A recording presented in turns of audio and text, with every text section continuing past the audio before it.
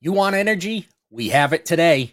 Mike Wyan is with Shelby American Fox Factory. Yes, that Shelby. This guy has a cool job, and better yet, he is also the Ohio field manager for the ASE Education Foundation, visiting auto programs at high schools and colleges, working to connect education with industry. Mike, welcome to the Fixed Ops Mastermind. Thanks so much for having me on, man. Appreciate it. Yeah. It's great to have you here. Take a couple of minutes and introduce yourself, and then we'll get straight into the wisdom. Yeah. I kind of I kind of fell into the industry by accident, but I've been in the industry about 15 years. Uh, I don't even know how it really kind of blows me away of why I'm here, but it's taking me this long to kind of really figure out what my purpose is. And I tell you, I'm having a lot of fun, and I feel like I'm making a big impact. I've got a few different roles going on, which I'm sure we'll get into. I kind of feel like I have a dream job in the industry. I work with one of the most iconic performance brands in automotive. I'm a regional sales manager. So I'm not on the on the service side at all. Yet I figured that my passion though is helping and exciting the next generation of technicians. Mm-hmm. And the funny thing is I'm not techie at all. Like I've never wrenched. I'm not a gearhead. I really can't talk. Like even around all the Fox and Shelby guys, like I really can't talk performance. I kind of fake it a little bit, but but my excitement and my energy and I just like the product, and so it really all just works out. And I really do feel blessed for so many reasons, and really, I'm just excited to be here and talk a little bit about it, and hopefully excite and encourage and motivate people in the industry to kind of get out and do a little more and to help the next generation. So. Yeah, that's awesome, and we're excited that that automotive found you. Yeah, That's for most of us at some point it was not necessarily a chosen career, but it chose us, and we stuck with it. So, yep, yeah, uh, yeah. so as we get into this, the show is broken into three segments. In this week, segment one is another career path. Segment two is getting the youth involved. And segment three, we're going to talk about the future is bright. So segment one, another career path. What has you excited about the industry? I just think it's really really incredible, and it's an industry that that's changing at a blistering pace. Like it amazes me the things and the technology. So really for me, I think it's the technology that and I'm blessed to have what I have, and with Shelby, and I drive a Shelby F-150, and yesterday coming back from Detroit, I went up to Detroit to visit some dealerships. On the way back, the truck drove itself, and oh my gosh, like I don't know how we as a culture are really going to accept that, because it's weird. I just got a new truck, and so it's got Ford has I think it's a 90-day trial on it, and it's driving itself, and it's changing lanes, and I'm like blown away, and I'm like, this is so cool, and oh my gosh, how do we get every student that has interest in automotive, how do we get them behind the seat of something like this? Yeah. Right. And so the industry is changing. There's tons of new manufacturers, new OEs out there that a lot of people haven't even heard of, that I discover every day. And so really it's how the technology and how it's changing fast, and it's cool. So that's what really gets me excited about the industry. Yeah, it really is moving at at an industry that is slow to change. Yeah. There are some rapid changes coming through, and as you said, it's exciting to see other people getting into the manufacturing of vehicles as we go along, right? For Yeah. the longest time, it was, we had all the normal players that were in there. Right. And so now there's new companies. Like it seems like, and some are having a hard time making it, and some aren't, but just all that, I think, really adds a whole nother element to the industry. But what also excites me, Dave, is the opportunity on the service side. Mm-hmm. That's what I really get excited for. The next generation of service, of technicians, they have nothing but opportunity. Yeah. And obviously, there's a void, right? There's a lack of technicians. So you've got that, like there's tons of openings, and then there's new manufacturers. So there's like new products and new technologies and new electrical stuff. And so, man, these kids are lucky, I feel, to be coming into it at this time, Yeah, I completely agree. It's going to look very, very different in the next 5 years than it has over the last 20 years. Yeah. So you mentioned that you kind of fell into this. How did you end up in this career? So I, and I'll try to sum it up shorter because it's really, really a long story, but I'm kind of breeze through it. So I was in high school and really, and there's a reason why I'm telling you this. I was in high school and really didn't apply myself. Barely got through high school, struggled, and kind of thought that I was stupid, like dumb, and couldn't remember things really, and I was a horrible test taker. So you add that, and then I was expected to go to college, because that was where I grew up, and my family, and both my parents went to college. And so I won't get into the whole details of this, but I accidentally got into college. Okay. And that's the truth. Like the college made a mistake. I have actually proved they made a mistake. And so, but that's a story for another day. So I got into college, barely, I would never open books. After 3.5 years, I failed out. And when you fail out of college, they send you a letter that says you better take a year off, or minimum of a year, and then come back and then re-interview with the dean. And so I did that. I left the country. I went and grew up, learned another culture, learned another language, came back, got my degree, went out to California, lived the beach life in Manhattan Beach. Started a company. I basically got an MBA in reality. Okay. and then came back to Ohio and got into real estate. And then was it 2007, 8 or whatever, the market crashed. Mm-hmm. And I was newly married, and my father-in-law looked at me and he said, "What are you going to do?" And I'm like, "I don't know." And so he was a GM guy.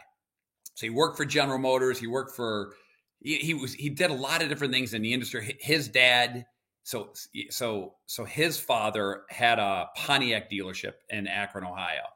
Mm-hmm. And this is way before me though. And so my father-in-law worked for like OnStar. And so he was a big automotive guy, and I was not. And he goes, "I think I can get you an interview with Ford." And I go, "Ford? Cars?" And he's like, "Yeah." And I'm like, "I don't like cars." And he's like, "Yeah, but it's a really good sales job. I think you'll do well. You love sales, and they give you a demo." And I go, "A demo? What's that?" He goes, "Well, basically it's a free vehicle to drive." And I'm like, "Ooh, okay." That's what caught my attention. Yeah. And so the position was with Ford Accessories, and Ford, the job role was to go into all the local Ford dealerships and help them sell more Ford accessories. Mm-hmm. So I was in the sales, I'd walk into the front end of the dealership, talk to sales, train them on how to present accessories, make sure the parts department knows how to order them, and make sure service knows how to put them on. And Dave, that's where I learned the whole dealership. Yeah. And I just really enjoyed it. and took it on as a challenge, and then kind of climbed the corporate ladder and did well and matured and grew up. And then a dealership group recruited me away and said, it was a group that had 6 Ford dealerships, and they said, we want you to train our sales. We want your energy. Okay. Yeah. We want you to train our salespeople on the vehicles. I said, great. And then they said, the other half of the time, we want you to go find technicians. And I go, well, how do you do that?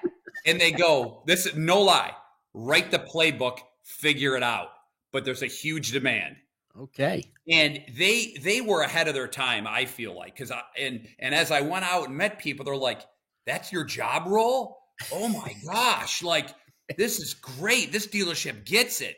And so then I did that, and oh my gosh, what I discovered, it was great. And then COVID hit.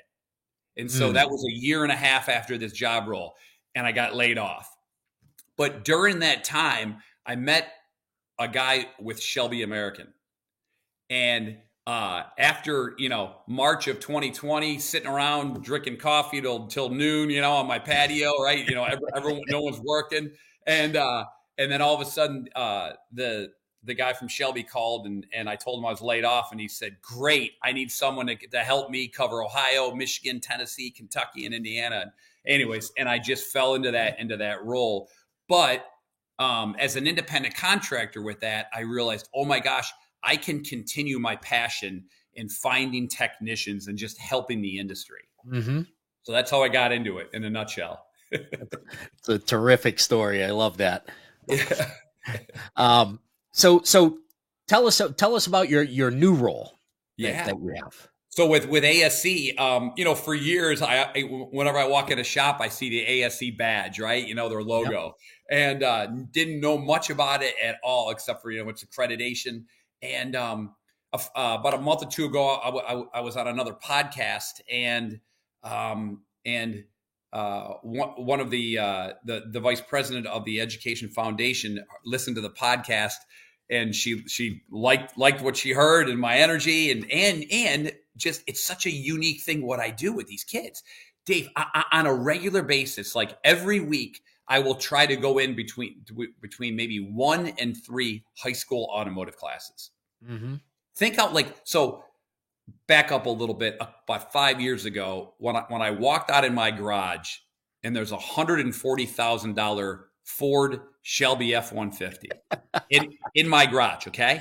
And I'm telling you, it was like a moment that I had, and I've got deep faith in God, and it was definitely a spiritual moment. And it was like this. It was like I slapped myself, and I go, what a shame if this truck doesn't go where it needs to go. And it just hit me, God gave me this as a tool. Go show the kids. The kids need to see this stuff, because they never will, right? Yeah. They're never going to go to a dealership and walk in and ask, hey, can I get inside this vehicle or whatever it is? And so I was like, oh my gosh, I need to take this thing every week and bring it and show it off. And so with the podcast, so Virginia, her name is, so she heard it, called me and said, oh my gosh, I am the vice president of the Education Foundation, and we need a field manager in Ohio, and what you're doing is what we need. And I was like, wow, okay. So we talked, and it was like, it was perfect, because it just gives me a little more of a reason or a purpose to go into the school, because, for 6 years now, I've been connecting education with industry, and now I'm just doing it a little different, and I'm helping ASE, and it truly is a perfect kind of marriage, I think. So it's awesome. I love that. Super, super important to be getting out into the schools to get the youth involved, which is what segment 2 is all about, getting the youth involved. Mm-hmm. This segment is brought to you by Parts Edge. Your parts department is the backbone of your dealership and is responsible for nearly half of your total profits, according to NADA. Our system works within your DMS for a hybrid approach that combines the precision of automation with the nuanced decision making of parts experts. While you're out there, what are you seeing from the schools and the shops? Oh, all kinds of stuff. I mean, really, it is. I guess and I am really optimistic. I'm a positive person. Okay, so you got to know that. But what I'm really seeing is there's a huge void. I mean, there is nobody, Dave. There's a handful. And this is in, I guess I will say though, this is in Northeast Ohio, right? So I don't know how it is everywhere. And now with ASC, I'm going to be, which is really cool, I'm going to be discovering and visiting schools all over the state now. And so, but right now, in Northeast Ohio, there's really not many people getting into the schools. Yep. And I'll just give you one example. I have a high school automotive program that is literally, Dave, okay, literally adjacent. They connect to a Chrysler, Dodge, Jeep, Ram dealership. Okay. They literally, and it's I almost feel this is for a reason. They're literally, their land connects. And last year I went over to the GM and the service director and I said, have you ever been next door? And they said, no. And I'm like, oh my gosh, really? So I brought them over, Dave, had a good time, really exciting. Both parties were having a good time. Like, this is going to be a good arrangement, good partnership. And it's been 12 months and they've never been back. and I don't want to I don't want to be, be harsh on people and stuff, and I get it, right? Because these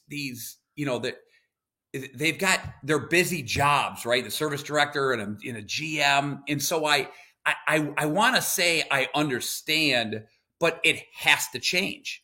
Mm-hmm. It truly does. And so what am I seeing out there? I'm seeing, I don't see really many people from the outside from the industry. Yep.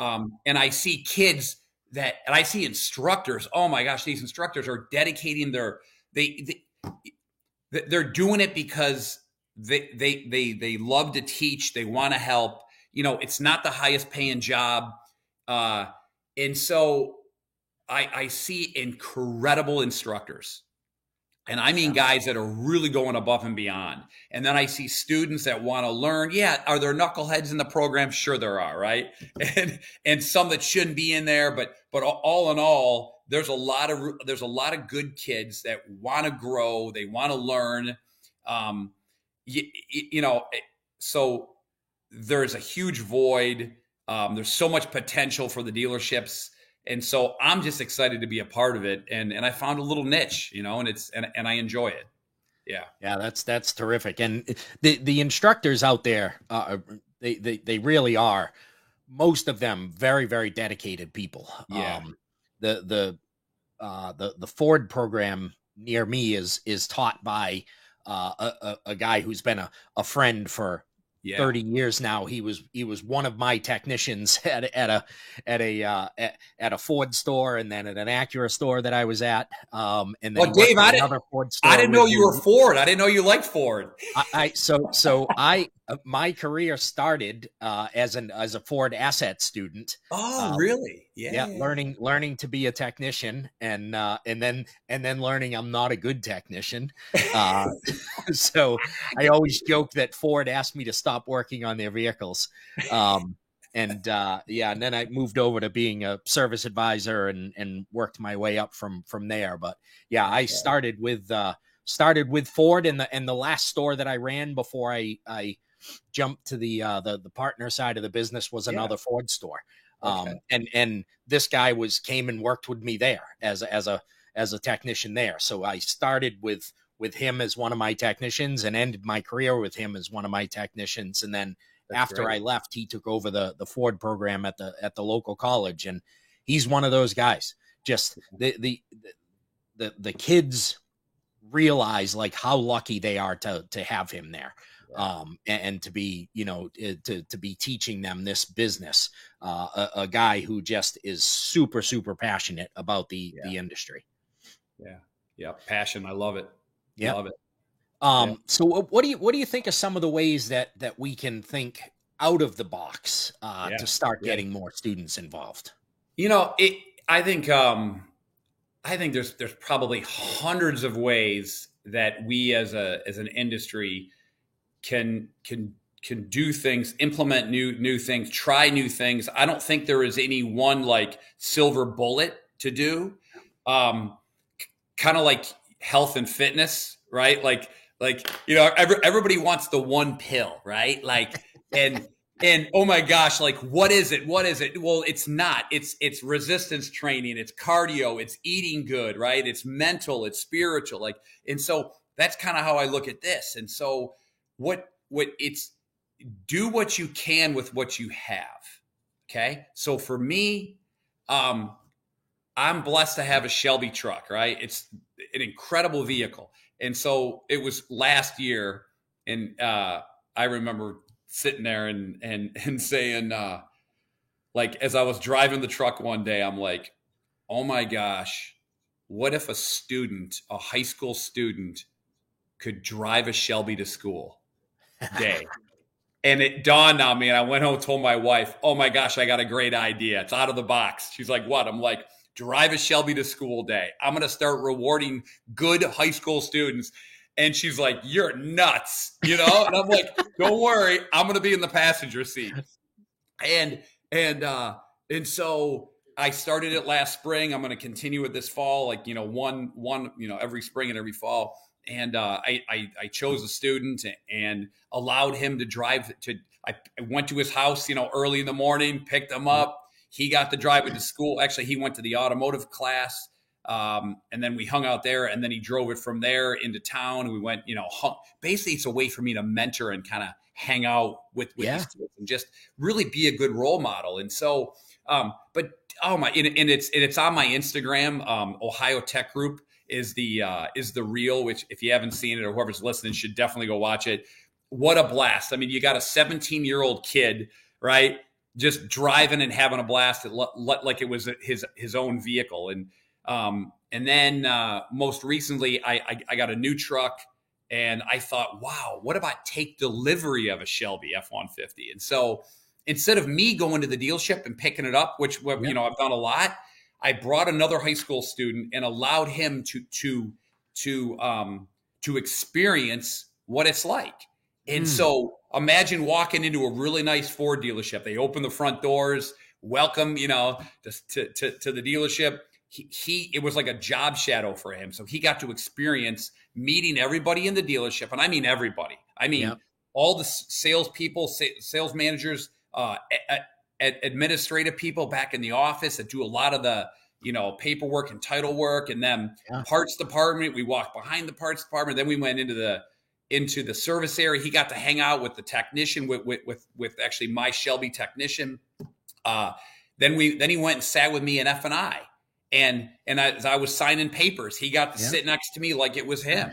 And then he got to go out, and we got in the truck, and he drove away with me. He was in the driver's seat, That's and awesome. all this, we're getting the school to say okay, and the parents to say this is okay, for my son or daughter to do it. But so Dave, it's like, thinking of things, right? And just because I have that, it allows me to do these kind of unique things that are just but really, it's how do we get kids in the vehicles? Yeah. How do we get them? Once this is like four years ago, when Ford kind of rolled out, I think it was an Explorer. I had what do they call it? Park assist. Okay. Oh yeah. So, And there was different, but which by the way they're getting rid of because no one's using it. So which is funny because no one uses it, and so but what a cool it's in theory an awesome technology. Yet no one in the real life is going to use it. But Dave, I brought it to a high school automotive class. We were in the parking lot. We had cones, and I got every student in the driver's seat, and so how this worked was while you were holding a button, pushing a button down, the car would steer and accelerate and brake into a parking spot.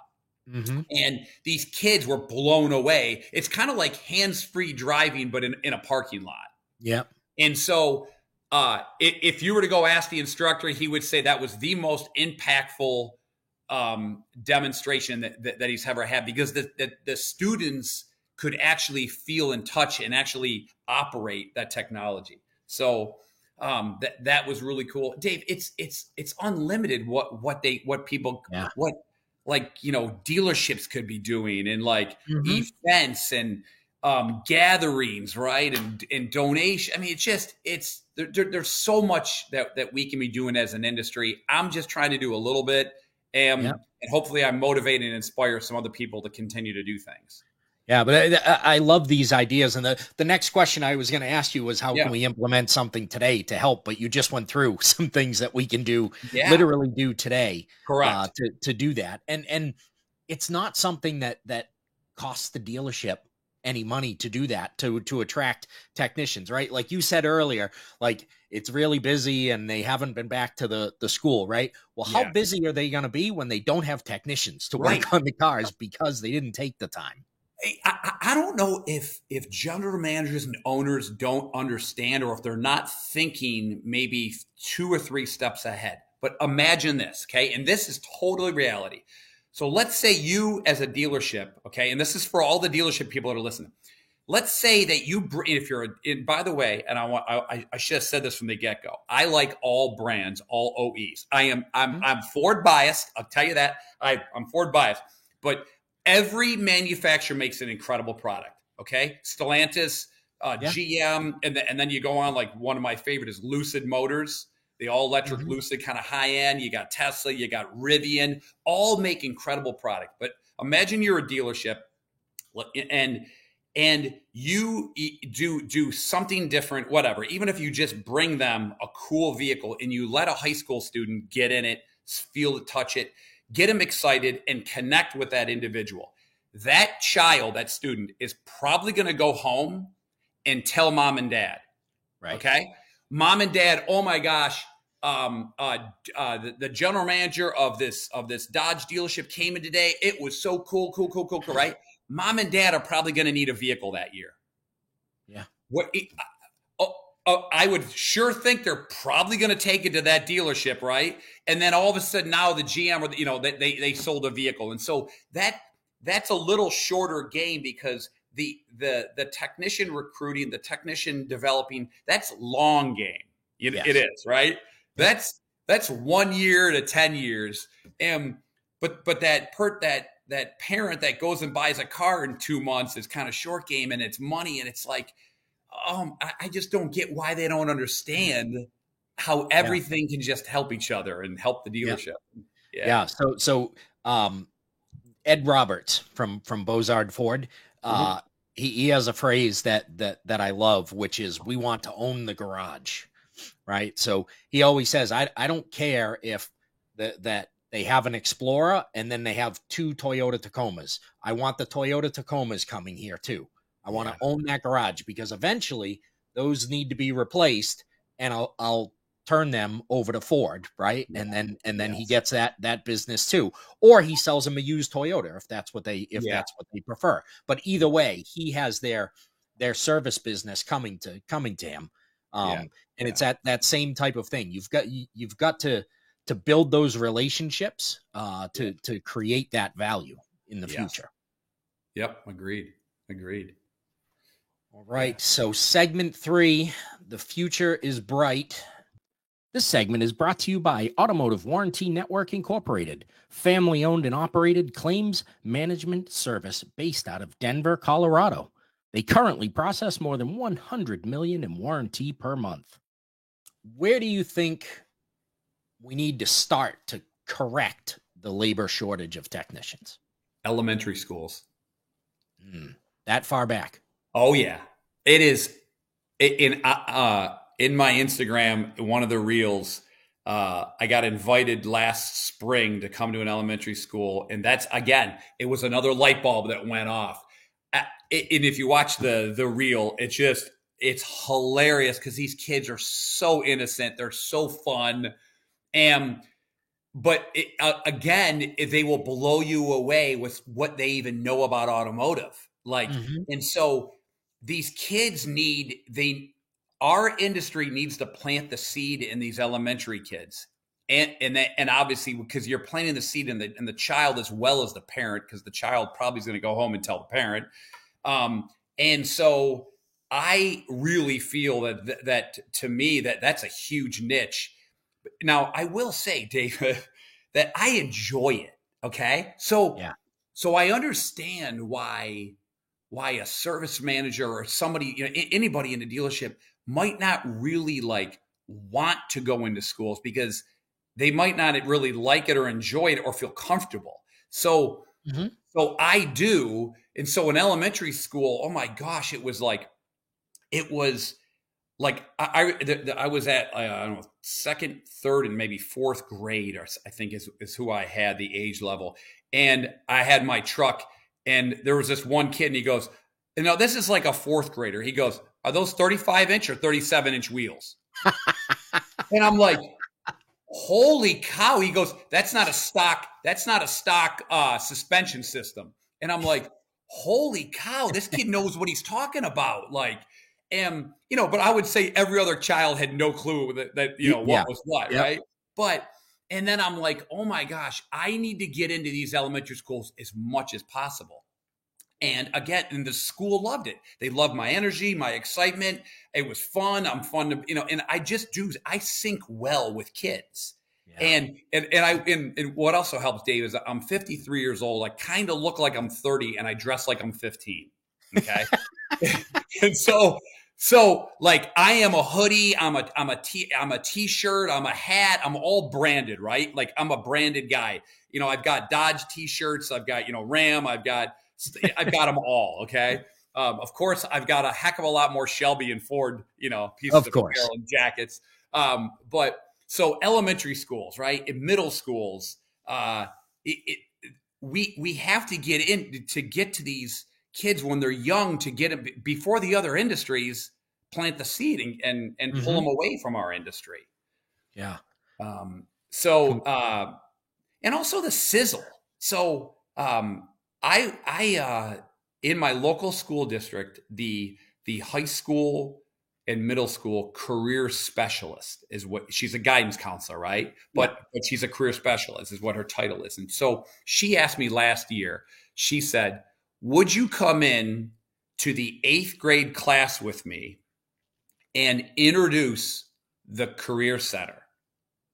Okay. So now, when they go in as a freshman, they're going to get introduced to it again. And as a sophomore, and then they can go into the career center, right? For these careers as a junior and a senior. But in our school system, they introduce it in 8th grades just to try to plant the seed. Right. Mm-hmm. And this obviously is not just automotive. Obviously, this is when she asked me to come in, it was, "Hey, I need your energy. I need your excitement. And I need you to help me introduce it." And so, oh my gosh, that was 2 full days. Okay. 11 different classes. Okay. You got 250 8th grade students. And so I had to repeat the same thing over and over and over and over and over. But what it was what I was doing was putting sizzle on the trades. Mm-hmm. Because, hey, and I am just as guilty as anybody else. Our culture has given these trades careers a stigma, right? Yeah. And it hasn't been good. Yep. And, for what is it? I don't know, 75 years now, whatever it is. I don't know how many years. We as a culture have been saying, don't get your hands dirty. It's better to have an office job. And so the stigma is a huge thing to try to overcome. And so she invited me in to the 8th grade class. And I just talked about how cool all these potential careers are. Like, oh my gosh, I said, if I could do it over again, and this is probably the truth, I would like pick a trade. And I don't care, but to me, I think I would have done construction because I love the way wood smells. Okay.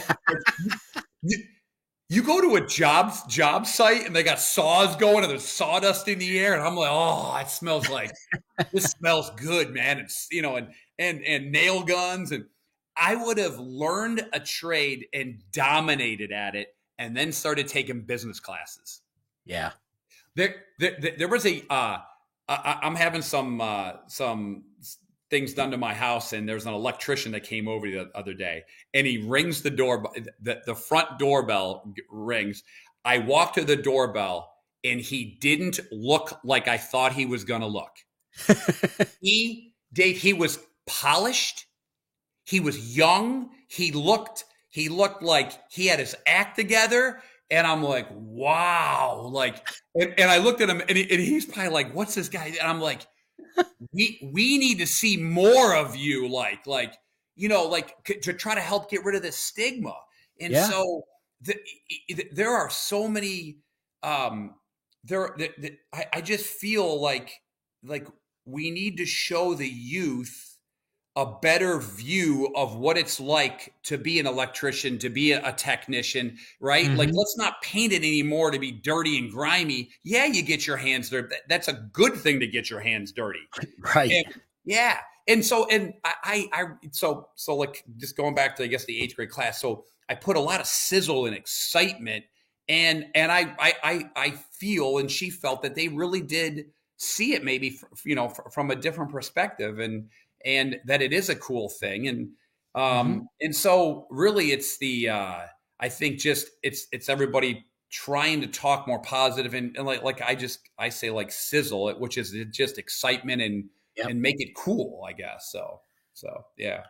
That's terrific. So when you go in and you're talking to the youth, what is it that you see from them that makes you optimistic about them getting into the trades and the future? Because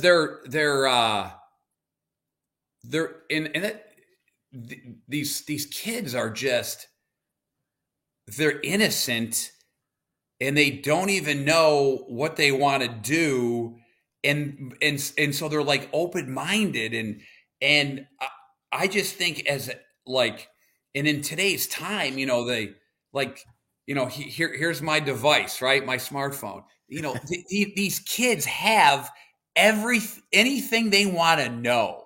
Yeah. And we have no clue. I hate when I hear, oh, kids today don't want to work, and they don't. That's garbage. Every generation's got lazy knucklehead kids, right? Yep. And so these kids have everything. They have so much more than we and that we ever did, and they have all this knowledge on their device, and they're still innocent, and and I hate how our culture says to a high school student, like I have a daughter who's a senior, right? And if you ask any of her friends, it's the dreaded question: what are you going to do for the rest of your life? Yeah. Dave, I'm 53. At 45 or whatever, 40, I fell into automotive. Yeah. Like I just got into my career, right? Like, right. And so what I'm seeing, excited kids that do want to learn. And I don't know. I mean, yeah, there's, it's not everybody, but it's the majority of them, I feel, are talented, and they just need to be exposed. And there are so many different, like, categories of automotive, and I use the word category, like what I do, their performance side. Mm-hmm. But think about it. Like, okay, so you've got Shelby American, you got Roush, right? You got Saline, Hennessy. There's like, let's say, 10 or 12 of those, but that's really, really a small niche. But the kids need to see that if they want to go there, they can go there. And so, like, all these different categories need to help get in to expose their type of business to these kids. Obviously a lot of the kids say, I want to go into racing, right? I want NASCAR, I want Indy. And that's great. But like, what about the fabricators, and what about the, the detailers and the vinyl, that, the guys that are doing some really cool vinyl wrapping and PPF coating and all that. Like so these kids need, they need to see all of it. Yes. Not just, I can go work at this one shop or this independent shop or a dealer or something like that. They need to be exposed to everything. And that'll excite more kids to get them into the industry if they can see and touch and feel and really experience what's out there. Yeah, it's such a huge industry with so many opportunities. That a lot of opportunities that we never even see. Yeah. Right? All those things behind the scenes that are going on. Dave, I got invited, or not invited. I just showed up. I'm so weird. I drive around and I walk in the doors. Right now, I get it. My wife, she's like, that's you. Like, my wife and I are complete opposites. She would never go do this, and I get it. She thinks like you're just weird, like walking into doors. I will walk into any automotive door, and it's like, I can't wait to see what's behind it, right? And I went into this like classic shop called Street Machinery. Again, it's one of my, and it's on my Instagram as a reel. And I go in, and again, I'm what am I? I'm 15 years into this industry, and the first time finally I actually saw a guy fabricating. He was building an engine. Okay. And some of the piping, and I didn't really know what this took. And some of the piping, he was cutting, bending, and welding. And now he was obviously greasy and grimy because he's inside of this engine, right? Yeah. Oh my gosh. The mathematics, the engineering, the geometry. Yeah. I guarantee you, he was a heck of a lot smarter than me. Yep. Yet our culture looks at him and says, you're kind of at the bottom. Yeah. And he's building an engine, and he's building it, like literally building it. And I'm like, oh my gosh, we need the kids to see this when they're teenagers, not when they're my age at 53. Right. Yeah. I always look at the tractor pulling competitions, right? Yeah. And those, right. You've got those machines, and they've got 3 and 4 engines that are on them, right? And people are like, well, yeah, I can pull a lot of weight because it's got 4 engines. Okay, you go get 4 engines to work together and power that vehicle. Like the engineering that takes, I'm like, people are looking at tractor pulling like it's a hillbilly sport. That dude is a really smart guy that managed to put that together. Totally. You just brought, my dad used to take me to tractor pulls as a kid. He put the ears because they're so loud and to cover me up. But you're right though. I was at our Shelby factory, and all of our trucks are manufactured in Indiana at a factory. And and all the Mustangs come out of Vegas, but I was at our factory the other day, and I walked back into the supercharger prep area. Okay. And like that, I'm like, oh my gosh, every high school automotive student needs to come see this. Right. And then I said to my engineer, Chris, who's just an unbelievable guy. He talks a complete different language than I do. Right. And just the other day I said to him too, I said, hey, how do I get a supercharger prep kit in the back of my truck? So you have the top off. I want it all in pieces. And then as I go around to the schools now I can say, here's my truck, open it up. It's the 5-liter Coyote supercharged. Look at the supercharger, looks great. Now let's open up the bed of my truck, and here's the supercharger in pieces. And he's going to train me on how to tell the kids, what's in a supercharger. Because Dave, hey, just between me and you, I don't really know what a supercharger is. And so it's things like that. We got to get these kids to see, touch, and feel all this cool stuff. Yeah, absolutely. and make them realize that a supercharger is not just where you park your Tesla to get enough. Oh, right. Fuel You're for your right. You're truck, right. You're right. That's funny. Good point. You're right. That's a good point. Yeah. So tell me more about the Ohio Auto Blast. Yeah. This is kind of funny. This is perfect the way you just segued into this, because everything I've been saying a few years ago, I'm like, all right, I feel, because I'm a neutral party kind of, like I don't work for a dealership. I'm like, oh my gosh. I came back from SEMA. Okay. I finally went to SEMA 2 years ago. Was of course blown away. SEMA is just, I'm guessing everyone who's listening right now knows SEMA, the Special Equipment Market Association trade show, right? Expo, where everybody in automotive goes to, and it's so huge, it's completely overwhelming. Yeah. But if it's cool, it's there.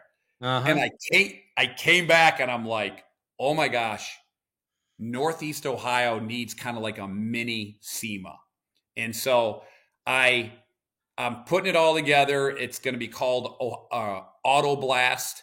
My website is ohiootoblast.com. And basically what it's going to be, I've got enough, and it's going to be at high voltage go-karting, which is like an indoor electric go-karting place, which is perfect because it's automotive related. And it's going to be next September. So we've got about, 10, 11 months, and it's going to be inside, outside. There's going to be, I've got booth space for about 40-ish, automotive businesses. Right. And so what I envision, and I've already got about 6 or 7 commitments.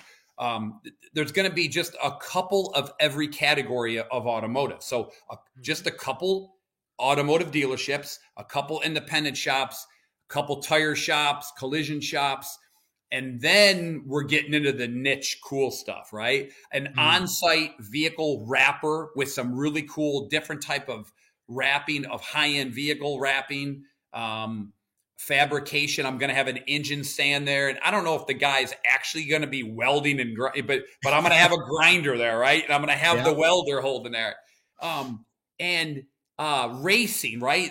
Shelby's going to have something there. You get there's like 3 or 4 racing companies in Northeast Ohio. I hope to have 1 or 2 of them there at least. Awesome. And if I can have a little bit of just a couple of everything that's in automotive there, and I'm going to target about 300 schools, like elementary, middle school, and high school and beyond, and their parents. Yeah. Okay. And so like the first 250 kids that register, which the registration is not going to open until probably next summer, but the first 250 get a free, go-kart ride. Goodie bags are going to be incredible with tools. And anyways, I'm going to have a DJ there, right? I'm going to have just excitement. It's going to be really, really, really cool and fun. And what a great opportunity for all these businesses to really showcase their talents, meet their potential employees, and also sell vehicles or sell their products to the parents. Right. That's terrific. I love that idea. Love it. Yeah. So I'm excited for it. It's going to be a good time. That's awesome. Yeah. Mike, this has been a great conversation. Believe it or not, this it has been almost an hour already. Terrific to have you here with us. Where's the best place for people to go and find more about you and what you do? Really, it's on Instagram at Ohio Tech Group is where I kind of put all the stuff that I do on there, and then ohiootoblast.com is my event, and my emails is in there, and they can direct message me on Instagram or send me an email from the website, and I really do encourage, like if there are dealerships or just anybody in the service industry, whoever's listening, general managers, if they want advice or just to talk for 10 minutes or something, I'm open, man, like open book, right? I love communicating, connecting with people.